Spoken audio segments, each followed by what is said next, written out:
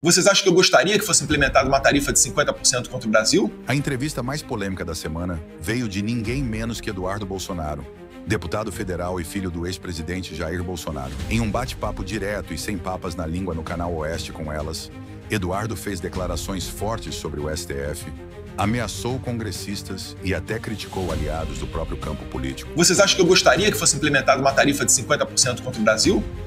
Eu estava advogando a favor de uma sanção em cima do Alexandre de Moraes. Mas o Trump ele tem um arsenal na mesa dele. E podem ter certeza, ele não utilizou desse arsenal todo. E caso venham, talvez até hoje, quem sabe, né, Deus queira, a Lei Magnitsky no Alexandre de Moraes, isso só vai ser mais um capítulo dessa novela. Não será o último. E aí a gente vai ver se os outros ministros estão tão dispostos contra Alexandre de Moraes a levar adiante a prisão de senhorinhas, a perseguição política e eleições nebulosas e censura nas redes sociais. Eduardo também falou de como o Brasil pode vir a se tornar uma Venezuela se não agir rápido. Veja só o que ele disse. Falei, não, porque foi antes da decisão do Moraes, né? Dizendo o seguinte, ele está proibido de dar entrevista e ele pode até ir para a cadeia, porque ele deu uma entrevista e ele não sabia que não poderia. O americano ele fica sem entender, ele fica assim, olha, desculpa, vocês estão um nível abaixo da Venezuela. Então é por isso que o Trump está tomando essas decisões todas de maneira tão emergencial e de maneira tão contundente. Se nós deixarmos para depois, se o sistema se consolidar, aí não adianta mais sanção, remédio diplomático, pode sancionar em 1000%, que aí realmente nada disso aí vai adiantar. Nós queremos evitar que esse momento chegue, né, e a gente quer abrir uma boa mesa de negociação.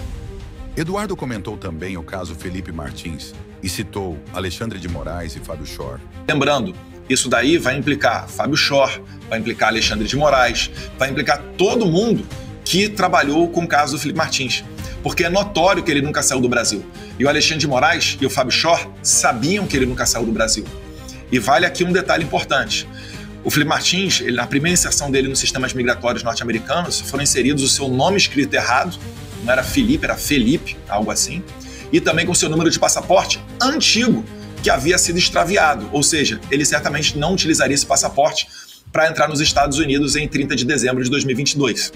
Então, quando foi editado porque isso daí foi corrigido, tá? Eles botaram depois o nome correto e o passaporte correto. Quando essa edição para corrigir aconteceu, eu tenho quase certeza que era o mesmo momento em que o Fábio Shor estava aqui nos Estados Unidos para falar de cartão de vacina de Jair Bolsonaro, ou seja, a história de pano de fundo, a história da cobertura dele.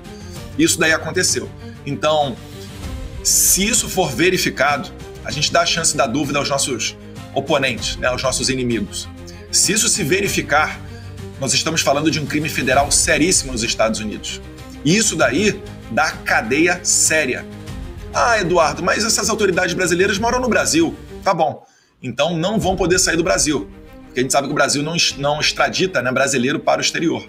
Mas vai dar problema e vai dar também a possibilidade de, uma vez ocorrendo a condenação dos Estados Unidos, trazer esse processo do Brasil para ser homologado e levar os responsáveis para... Eduardo também diz que numa futura eleição, Donald Trump não reconhecerá uma possível vitória do PT. Ele não vai reconhecer a eleição brasileira. E aí, o povo brasileiro vai ter saudade da tarifa Moraes de 50%.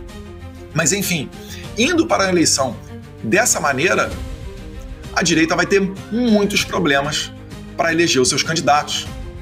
Porque vai ser censura a todo momento. E vocês não vão nem na Revista Oeste dar conta de notificar, de noticiar todas elas.